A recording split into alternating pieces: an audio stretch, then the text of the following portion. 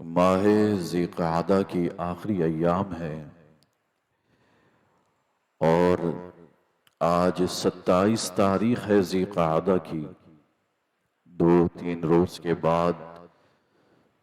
ہم پر ایک ایسا مہینہ سایہ فگن ہونے والا ہے کہ جس کے بارے میں حضور نے فرمایا ہے کہ اس کا پہلا عشرہ، اس پہلے عشرے میں اعمال صالحہ، نیکیوں کے کام، بھلائیوں کے کام، خیر کے کام، عبادات اللہ کو اتنی محبوب ہے کہ اس 10 دن کے علاوہ پورے سال میں کوئی ایسا دن نہیں کہ اس سے زیادہ اللہ کو محبوب ہو۔ ماہ ذی الحجہ نام ہی ایسا مبارک ہے، حج والا مہینہ۔ ہر مسلمان کی دلی تمنا، خواہش، چاہت، آخری تمنا کہ وہ زندگی میں ایک بار یہ سعادت ضرور حاصل کرے، اور یہی وہ مہینہ ہے کہ جس میں کئیوں کی یہ تمنائیں پوری ہوتی ہیں۔ ذی الحجہ کا مہینہ، حج والا مہینہ، اس مہینے میں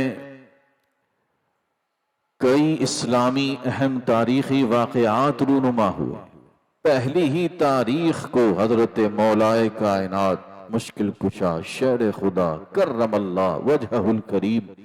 اور سیدہ کائنات، خاتون جنت حضرت فاطمہ رضی اللہ تعالی عنہما، آپ کا نکاح مبارک ہوا۔ اور اس ماہ مبارک کے پہلے عشرے میں جو 8 تاریخ آتی ہے، وہ 8 تاریخ اسے یوم ترویہ کہا جاتا ہے۔ اس کے حوالے سے علماء نے لکھا کہ ایک وجہ اس کی یہ ہے کہ 8 تاریخ کو حاجی چونکہ اپنے اونٹوں کو سیراب کیا کرتے تھے، خوب کھلا پلا لیا کرتے تھے، چونکہ اب اس کی قربانی کا وقت قریب آ رہا ہے،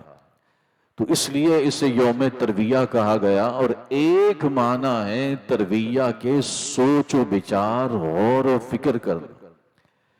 ہمارے جد اعلیٰ حضرت ابراہیم علیہ نبینا و علیہ السلام کو جب یہ خواب آیا کہ کسی کہنے والے نے کہا کہ اب اپنے بیٹے کی قربانی کریں، بہت آزمائشیں، بہت اللہ نے آپ کو کیسی بھٹیوں سے گزارا، نارے نمرود تک دکھا دی، اور کیا کچھ نہیں ہوا۔ اب وقت آیا کہ اپنے بیٹے کی قربانی کریں، تو آپ نے صبح اٹھ کر غور و فکر کیا، سوچ و بچار کی، تو اس وجہ سے اس 8 تاریخ کو یوم ترویہ کہا جاتا ہے۔ اور اسی 8 تاریخ کو حجاج کرام احرام باندھ کر منی کی طرف روانہ ہوتے ہیں۔ منی کے خیمے میں وہ 5 نمازیں ادا کرتے ہیں۔ منی 8 تاریخ کو منی میں وہ ظہر، عصر، مغرب، عشاء اور فجر ادا کرتے ہیں 9 ذی الحجہ کی، اور پھر وہاں سے وہ نکلتے ہیں یوم عرفات کے میدان کے لیے۔ تو 8 تاریخ یوم ترویہ اور 9 تاریخ یوم عرفہ ہے۔ یوم عرفہ یہ ایسا دن ہے کہ جس دن بندہ روزہ رکھ لے تو حدیث پاک میں ہے کہ اللہ اس کے 1 سال آئندہ 1 سال گزشتہ گناہوں کو معاف کر دے گا۔ اتنا بڑا دن ہے یہ، لیکن حاجیوں کے لیے روزہ رکھنے کی ممانعت ہے، چونکہ وہ اس دن بڑی مشقت سے گزر رہے ہوتے ہیں، وہ بڑے ایک مرحلے سے گزر رہے ہوتے ہیں، عبادات میں مخل ہوگا، اس لیے انہیں روزہ رکھنے کی منع کیا جاتا ہے۔ لیکن جو حاجی نہیں ہے تو وہ یہاں روزہ رکھے، اس کا اہتمام کرے۔ اسی طرح اس کے 10 تاریخ سے لے کر 10، 11، 12 ان 3 دنوں کو ایام نحر کہا جاتا ہے، یعنی اس دن قربانی کی جاتی ہے، یہ نحر کے ایام ہیں۔ اور اسی ایام نحر کے آگے پیچھے ایک ایک دن ملائیں تو 5 دن، یعنی 9 ذی الحجہ سے لے کر 13 ذی الحجہ تک ایام تشریق ہے۔ ایام تشریق یعنی 9 ذی الحجہ کی فجر کی نماز سے ہم شروع کریں گے وہ تکبیرات تشریق، اللہ اکبر اللہ اکبر، لا الہ الا اللہ واللہ اکبر اللہ اکبر وللہ الحمد، اللہ اکبر اللہ اکبر، لا الہ الا اللہ واللہ اکبر اللہ اکبر وللہ الحمد، اللہ اکبر اللہ اکبر، لا الہ الا اللہ واللہ اکبر اللہ اکبر وللہ الحمد۔ 9 ذی الحجہ کی فجر سے جماعت مستحبہ کی بعد عصر 13 ذی الحجہ کی عصر تک یہ انشاءاللہ ہم نے پڑھنا ہے، اور یہ پڑھنا بھی دراصل ہم ایک یاد کو تازہ کر رہے ہوتے ہیں۔ اللہ نے اپنے محبوبوں کی ہر ادا کو محفوظ کر لیا، تم یاد کرو نہ کرو میں تم پر واجب کر دوں گا، تمہارے لیے ایسے فرائض واجبات میں شامل کر دوں گا کہ تم میرے محبوبوں کو یاد کرتے رہو۔ تو یہ جو ایام تشریق ہے، یہ ایام تشریق میں جو کلمات پڑھے جاتے ہیں یہ بھی ان محبوبوں کی یادیں ہیں کہ جب حضرت ابراہیم نے اپنے بیٹے پر چھری چلائی تھی، اللہ اکبر اللہ اکبر، اور یہ منظر دیکھ کر زمین و آسمان کے فرشتے ششدر رہ گئے تھے کہ آج باپ اپنے بیٹے پر، تاریخ کہ ابن آدم میں ایسی مثال کوئی نہیں دیکھی تھی، بڑی بڑی قربانیاں دیکھ لی، لیکن اتنی بڑی کوئی قربانی، اتنی بڑی بھی کوئی آزمائش سے گزر سکتا ہے کہ باپ اپنے رب کے حکم پر بیٹے پر چھری پھرا دے؟ اس بات پر انہوں نے حیران ہو کر کہا لا الہ الا اللہ واللہ اکبر، آج یہ کیا منظر دیکھا جا رہا ہے۔ جبرائیل پکار اٹھے، اور جب یہ آزمائش پوری ہوئی اور جب دیکھا گیا کہ اس بیٹے کی جگہ دمبا آ چکا ہے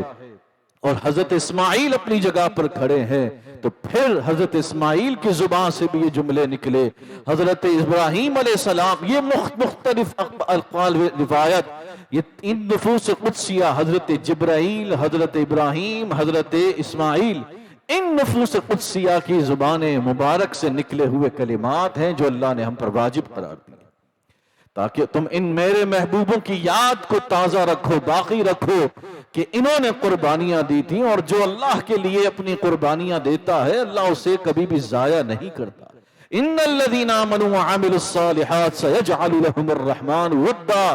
قرآن میں اللہ نے فرمایا تو میرے لیے زندگی گزار کر تو دیکھ، پھر تیرا نہ یوٹیوب چینل بنا ہو، نہ تیرا فیس بک اکاؤنٹ ہو، نہ تیرا ٹک ٹاک اکاؤنٹ ہو، جب تک تو زندہ ہے یہ تیرے اکاؤنٹ روز شیئر کرے گا تو چلتا رہے گا، لیکن تم میرے اکاؤنٹ میں جو تو ڈالتا رہے گا وہ قیامت تک چلتا رہے گا، وہ قیامت تک لوگ شیئر کرتے رہیں گے، قیامت تک لوگ اس کو سناتے رہیں گے، قیامت تک لوگ اس کو ادا کرتے رہیں گے۔ یہ اللہ نے اپنے محبوبوں کا اور ہر اس شخص کا جو اللہ کے بتائے ہوئے راستے پر عمل کرتا ہے۔ تو ایک تو یہ ایام نہر، ایام تشریق، اور خاص اس جیسا کہ میں نے عرض کیا کہ اس شروع کے 10 دن کی بہت فضیلت، قرآن میں اس کا ذکر آیا، والفجر، سورہ فجر 30واں پارہ، پہلی ابتدائی آیت میں اللہ نے قسم کھا کھا کر اس کی فضیلت، اس کے مرتبے اللہ نے بیان فرمائے۔ فجر کی قسم، والفجر ولیال عشر، اور فرمایا 10 راتوں کی قسم، ولیال عشر والشفع والوتر، اور جفت اور طاق راتوں کی قسم۔ اللہ پاک نے یہ سارے دن اور راتوں کی قسم ارشاد فرمائی سورہ فجر میں۔ اب یہاں علماء نے راتوں سے مراد، ایک علماء کا طبقہ یہاں بھی گیا کہ وہ رمضان کی آخری راتیں، اور بعض نے اس میں تطبیق فرما دی کہ راتیں وہ ہیں، دن یہی ہے، یہی وہ دن ہے۔ اکثر علماء کے نزدیک والفجر ولیال عشر سے مراد یہ ذی الحجہ کے شروع کے 10 دن ہے جن کی فضیلت قرآن میں آئی ہے، جس کی قسم اللہ نے قرآن میں ارشاد فرمائی، اور جس کے بارے میں حضور نے فرمایا ما من عمل، حدیث کے الفاظ ہیں ما من ایام عمل الصالح فیہن احب الی اللہ، اللہ کے نزدیک ان دنوں میں جو اعمال صالحہ کیے جائیں وہ اتنے زیادہ محبوب ہے اللہ کے نزدیک، فرمایا کہ اس کے علاوہ کسی اور دن میں اتنے زیادہ محبوب نہیں جتنے اس دن میں عمل۔ تو اپنے نیکیوں میں اضافہ کر دیں، کوئی صدقہ خیرات میں، نمازوں میں، ذکر و اذکار میں، درود میں، اور بالخصوص تکبیرات تشریق میں اللہ اکبر پڑھتے رہیں، تلبیہ پڑھتے رہیں حاجیوں کی یاد میں کہ اللہ نے انہیں یہ سعادت بخشی کہ وہ حج کی سعادت نصیب کر رہے ہیں، تلبیہ بار بار پڑھے۔ اور جیسا کہ گزشتہ جمعے ہم نے ایک بہترین وظیفہ سماعت کیا کہ جو ہر نماز کے بعد تلبیہ پڑھ لے 100 مرتبہ اللہ اسے جلد حج کی سعادت نصیب کرتا ہے۔ لبیک اللہم لبیک۔ تو یہ ان اعمال میں زیادہ سے زیادہ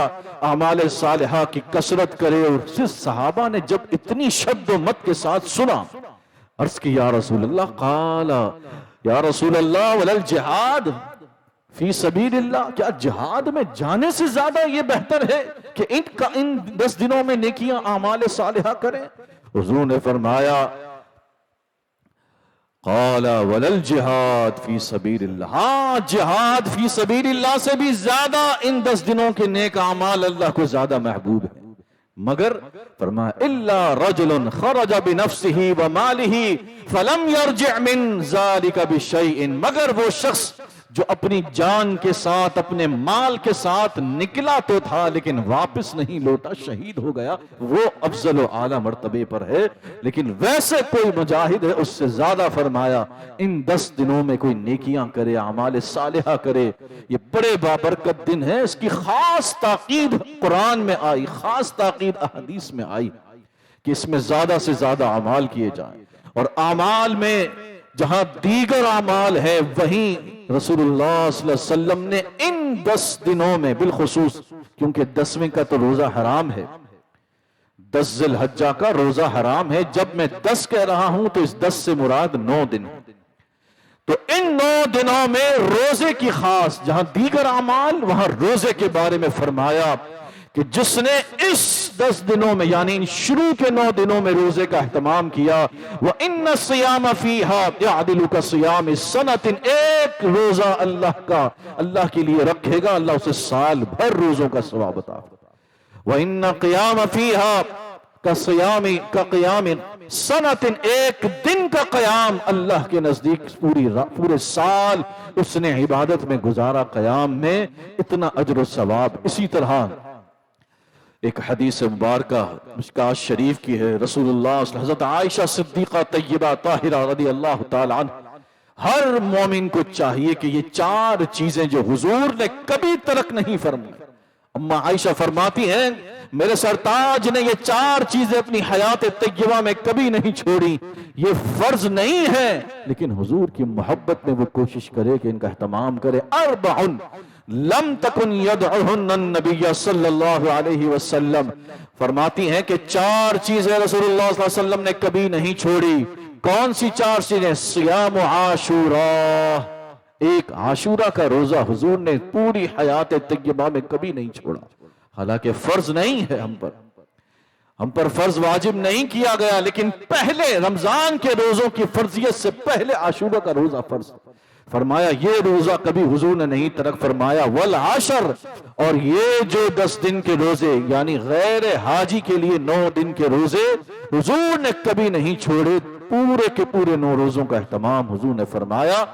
تو امتی کو چاہیے کہ حضور کی محبت میں ہی ان روزوں کا اہتمام کرے۔ وَثَلَاثَةِ أَيَّامٍ مِّن كُلِّ شَهْرٍ، اور ہر مہینے 3 روزے ایام بیض 13، 14، 15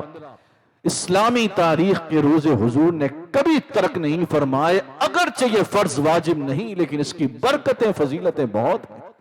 جب بندہ یہ رکھتا ہے، ایک اس کو روحانی فضیلتیں تو ملتی ہیں، ثواب تو ملتا ہے، اس کی جسمانی صحت اتنی ملتی ہے کہ وہ بیمار بھی نہیں ہوتا، کیونکہ وہ پیٹ کو وقفہ دیتا ہے۔ اسی طرح فرمایا وَرَكَعَتَانِ قَبْلَ الْفَجْرِ، اور فجر سے پہلے یعنی 2 جو سنتیں ہیں حضور نے کبھی ترک نہیں فرمائی، بلکہ اس کی فضیلت تو اتنی ہے کہ یہ واجب کے قریب ہے، حالانکہ سنت ہے، لیکن سب سے زیادہ سنتوں میں جس کی تاکید ہے وہ فجر کی 2 سنتیں۔ اس روئے زمین پر جتنی بھی آپ دیکھ رہے ہیں آسائشیں، جتنی بھی چیزیں دیکھ رہے ہیں، اور یہ ارباب اقتدار جو جس چیز کے پیچھے بھاگ رہے ہیں اپنی عیاشیوں کو دوام دینے کے لیے، گاڑیاں، بنگلے، جائیدادیں، بینک بیلنس، اور جس چیز کے لیے حلال و حرام ایک کر رہے ہیں، اور جس چیز کو دیکھ کر ہمیں رشک آ رہا ہوتا ہے، لوگوں کے مال و دولت کو دیکھ کر، حضور نے فرمایا ساری چیزیں جو دنیا میں ہیں اور دنیا میں جو کچھ ہے وہ سب ایک طرف، ان سب سے بہتر یہ ہے کہ تو فجر کی نماز سے پہلے 2 رکعت نماز پڑھ۔ یہ 2 رکعت نماز پڑھ لے، گویا تو نے دنیا اور اس میں جو کچھ ہے وہ ساری نعمتیں تجھے حاصل کر لی، وہ لوگوں کے پاس جو کچھ ہے اس سب سے زیادہ تیرے پاس ہے کہ تو فجر کی 2 رکعت ہے۔ اللہ ہمیں توفیق نصیب کرے، استقامت نصیب کرے۔ تو یہ 4 چیزیں حضور نے کبھی ترک نہیں فرمائی، اور ایک روایت اگر جس سند کے اعتبار سے ضعیف، لیکن چونکہ یہ فضائل میں ہے اس لیے عمل کے لیے علماء اس کو بیان کرتے ہیں کہ ایک شخص گناہگار تھا اور گانے باجے کا وہ شوقین تھا، لیکن جب یہ ذی الحجہ کا مہینہ آتا تو باقاعدہ وہ بالکل سیدھا ہو جاتا تھا، روزے شروع کر دیتا، روزوں کا اہتمام کرتا تھا۔ حضرت عائشہ فرماتی ہیں صحابہ نے اس کی شکایت حضور کی بارگاہ میں کی کہ یہ ویسے تو اور کام کر رہا ہوتا ہے اور ذی الحجہ کے مہینے میں روزے رکھنا شروع کر دیتا۔ حضور نے اسے طلب فرمایا، پوچھا تو کیوں کرتا ہے ایسا؟ وہ کام بھی برے ہیں لیکن اس کے کرنے کی وجہ کیا ہے؟ کہا میری خواہش ہے کہ میں حج کے لیے جا نہیں پاتا لیکن حاجیوں کی دعاؤں میں شامل ہونا چاہتا، میں چاہتا ہوں کہ ان ایام میں جو حاجی حج کر رہے ہیں ان کی عبادات، ان کی دعاؤں میں میرا حصہ شامل ہو جائے، اس لیے کم از کم یہ میں شروع کے 9 روزوں کا باقاعدہ اہتمام کرتا ہوں۔ اس پر حضرت عائشہ صدیقہ فرماتی ہے کہ آپ صلی اللہ علیہ وسلم نے فرمایا سن کہ اس کا تو نے 1 روزہ رکھا تو اس 1 روزے کے بدلے فرمایا کہ 100 روزوں کا ثواب تجھے نصیب ہو۔ فرمایا 100 غلام آزاد کرنے کا ثواب، اسی طرح فرمایا 100 گھوڑے اللہ کی راہ میں صدقہ کرنے کا ثواب، اونٹ اللہ کی راہ میں صدقہ کرنے کا ثواب، اور پھر فرمایا جس نے 8 ذی الحجہ یوم ترویہ کا روزہ رکھا اب اس میں 1000 گنا اللہ اضافہ فرمائے گا، یعنی جس نے 8 ذی الحجہ کا روزہ رکھ لیا اسے 1000 غلام آزاد کرنے کا ثواب، اونٹ صدقہ کرنے کا ثواب، اور 1000 گھوڑے اللہ کی راہ میں دینے کا ثواب نصیب ہوگا۔ اور جس نے 9 ذی الحجہ کا روزہ رکھا تھا اس کے ثواب میں دگنا اضافہ ہوگا، یعنی 2000 کا ثواب اسے نصیب ہوگا۔ اور دوسری ایک حدیث میں ہے کہ جس نے 9 ذی الحجہ کا روزہ رکھا 1 سال آئندہ 1 سال گزشتہ کے روزے گناہوں کو اللہ تعالی معاف فرمائے گا، صغائر۔ تو اس لیے ان 10 دنوں میں خاص اہتمام روزوں کا کرنا ہے اور خاص عبادات کا اہتمام، چونکہ اس کی فضیلت زیادہ ہے۔ حضور نے فرمایا کوئی عمل ایسا نہیں جو ان 10 دنوں میں اللہ کو محبوب ہو، اس سے زیادہ کسی اور دن میں محبوب ہو، خاص اس کی فضیلت ارشاد فرمائی۔ اس لیے اہتمام کے ساتھ اور خصوصیت کے ساتھ جسے اللہ نے توفیق دی ہے وہ قربانی کا اہتمام ضرور کرے۔ ہماری ایک بڑی تعداد ہے کہ جسے پتہ ہی نہیں ہے کہ مجھ پر قربانی واجب ہو رہی ہے، اور وہ کئی سال ایسے ہی گزار دیا۔ ایک تو عمومی مسئلہ لوگوں نے یہ ذہن میں بٹھا رکھا ہے کہ جس کے پاس نصاب بھر مال ہو ان 3 دنوں میں اور وہ ضرورت اصلیہ سے زائد ہو اور اس پر سال گزرا نہ ہو اس پر قربانی واجب ہے۔ یہ تو ایک عام مسئلہ ہے۔ زکوٰۃ اور قربانی کے نصاب کا فرق کیا ہے؟ وہاں سال گزرنے کی شرط ہے، یہاں سال گزرنے کی شرط نہیں ہے، لیکن یہ صرف اس مال پر انحصار نہیں ہے، کوئی اضافی پلاٹ ہے، کوئی ایسا پڑا ہوا ہے، گھر کرائے پہ دیا ہوا ہے، اضافی گاڑیاں ہیں، اس پر بھی وہ نصاب میں شامل ہوگا یہ قربانی کے، اور اس پر قربانی واجب ہوگی، اور اسے قربانی دینی ہے، قربانی کا فریضہ پورا کرنا ہے۔ عاقل ہو، بالغ ہو، مسلمان ہو، مسافر نہ ہو تو اس پر قربانی واجب ہے، اور اگر عاقل نہیں یعنی پاگل ہے، وہ کروڑوں کا مالک ہو، اس پر قربانی واجب ہے، نابالغ ہے، کروڑوں کا مالک ہو، اس پر قربانی واجب نہیں، سفر میں ہے، کروڑوں کا مالک ہے لیکن مسافر ہے تو اس پر قربانی واجب نہیں۔ حاجی جو حج پہ جاتے ہیں، یہ بڑا باریک مسئلہ میں بتاتا ہوں آپ کو،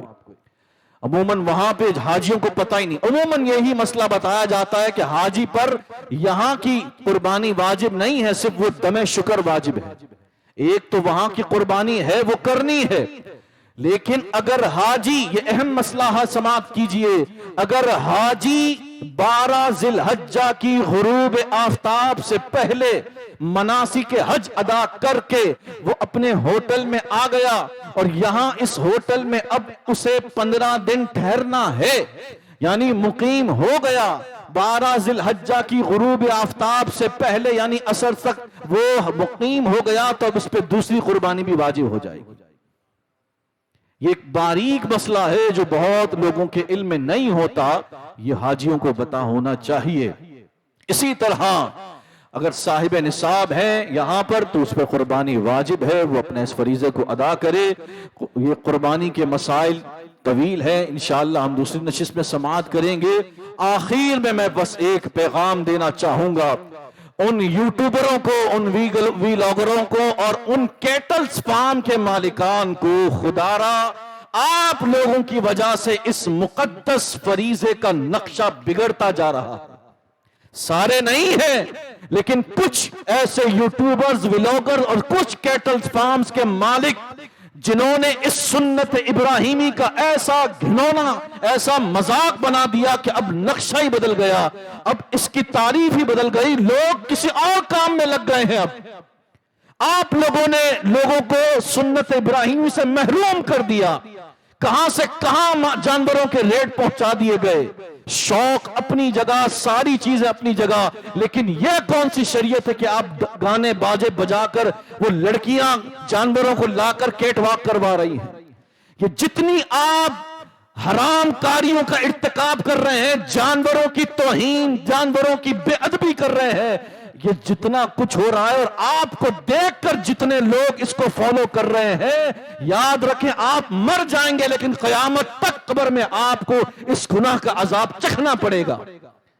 یہ جتنے بھی لوگز اور یوٹیوبرز ہیں، ٹک ٹاکرز ہیں، جو جانوروں کو معاذ اللہ انہوں نے ایک ماڈلز بنا کر پیش کر دیا، گانے ڈال ڈال کر عجیب عجیب اس کے اندر